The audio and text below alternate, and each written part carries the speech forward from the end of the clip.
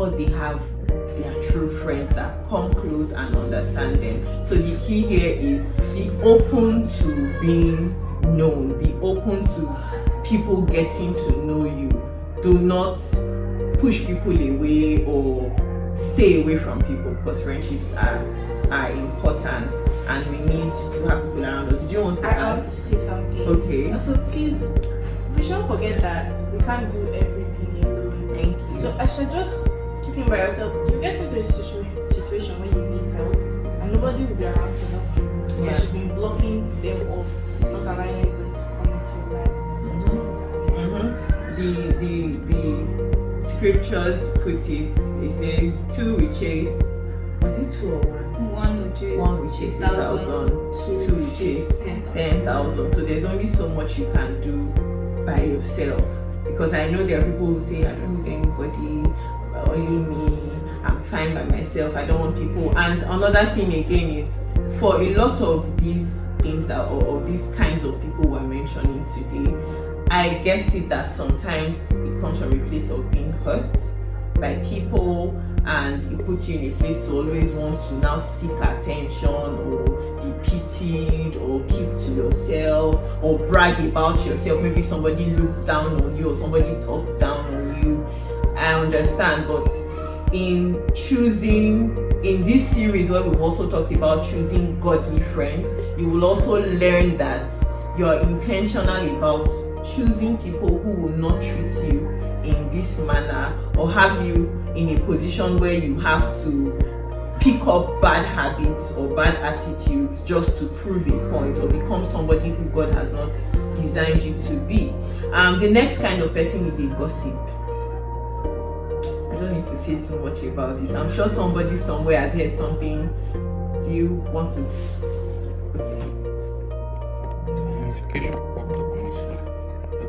Okay, I'll just pick up. Just take this very, very quickly.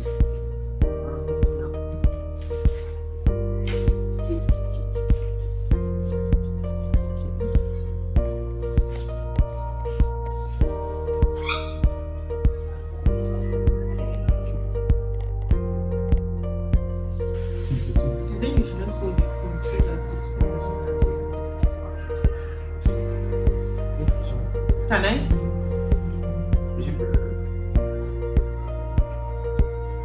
Alright.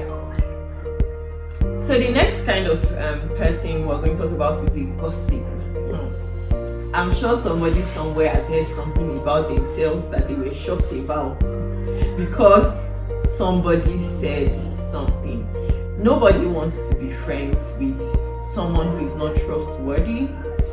Someone who cannot protect their interests, keep a secret, or just basically just likes talking about anything because for whatever reason, I don't know the root cause of that. I'm sure Karen or Musa will have lights to throw on that, but nobody likes to be around gossip. Nobody likes to be around NTA, BBC, CNN. Nobody likes you if you're that kind of person.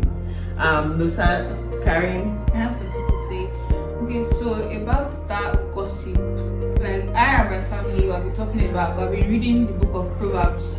We follow it according to the days. So from some Bible verses, they are talking about the trustworthy person takes good message, but the people that talk too much, they have lies that come out from their mouth. So when someone is always talking too much, saying things like someone tells you a secret or tells you something that they are trying to work on or something that they are trying to grow out of, and you are just going around spreading it, telling the whole world. You're supposed to actually help that person to grow. You're supposed to help the person, teach them on things to do. You as a friend too should also learn on how to help that person. Go and learn, we do research, do some things, spend time more with that person than sharing it for everyone to hear. And sometimes those people actually add lies to those things that they're saying, because you can't just be saying things that people are telling you in secret. You just keep saying it. And also, if you are that person,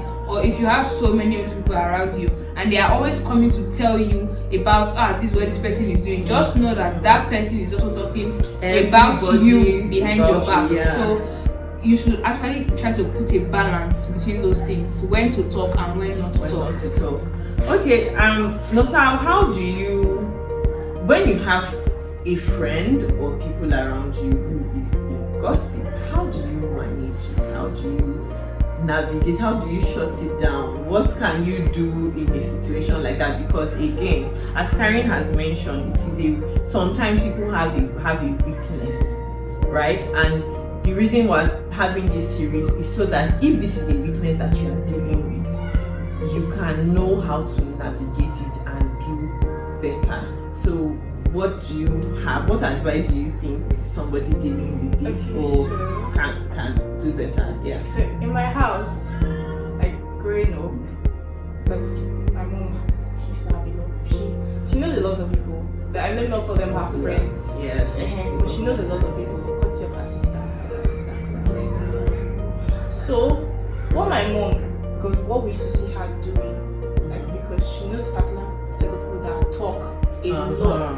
So what we saw my mom doing was that she would hold off on the information, guys, until that thing is done before she actually discloses it to you, because she's not sure whether before she knows her information has started spreading around. So what I feel most, I even do it sometimes. So like I know the particular friends I have, so I'll hold off on the information until I'm sure that okay, this thing is safe to share with you, because there's nothing you can do about it. So that's the advice. Okay, so for people who this is a weakness for, this is a challenge for, how do you think they can manage themselves? How do you think they can do better? For people who deal with gossip as a problem or as a challenge or as a weakness for them, how do you think they can do better? Okay, first of all, a person that gossip does not move alone. Most of them have people that they go and gossip with. So you have to also be intentional about the fact that okay, what I'm doing is not right. I'm hurting my friend by doing this. So you have to be intentional, and also if you can, just try and cut back on the time you spend with the people that gossip a lot, and you see that you improve with the habits that you have. Yeah. If you can start removing yourself from people who have that same weakness with you, that would be helpful. And the second thing I think is, if you're somebody who has a weakness or a tendency to always want to gossip and talk about people, know that the information was not told to you for you to share. You are not a social media network. It was told to you in private. It was told to you out of trust, for you to keep it, not for you to share it with other people. All right, we have about 2 more to go. I think this was number 4, right? Okay, so now we have to talk about 2 more people, which is the friend who has a roller coaster of emotions, and then the bully. So we'll just take both of them together. Now, by roller coaster of emotions, it means that you're not emotionally stable. 1 minute you're happy, in that same minute, the minute is not over, your mood has changed. You are now sad, you are now angry, and it makes people walk on eggshells around you. They are not sure if the joke they said just now, maybe they called you fine girl, you laughed about it. In 1 minute they say, hey, fine girl, you say, why you calling fine? You are now upset. They are not sure how to be around you.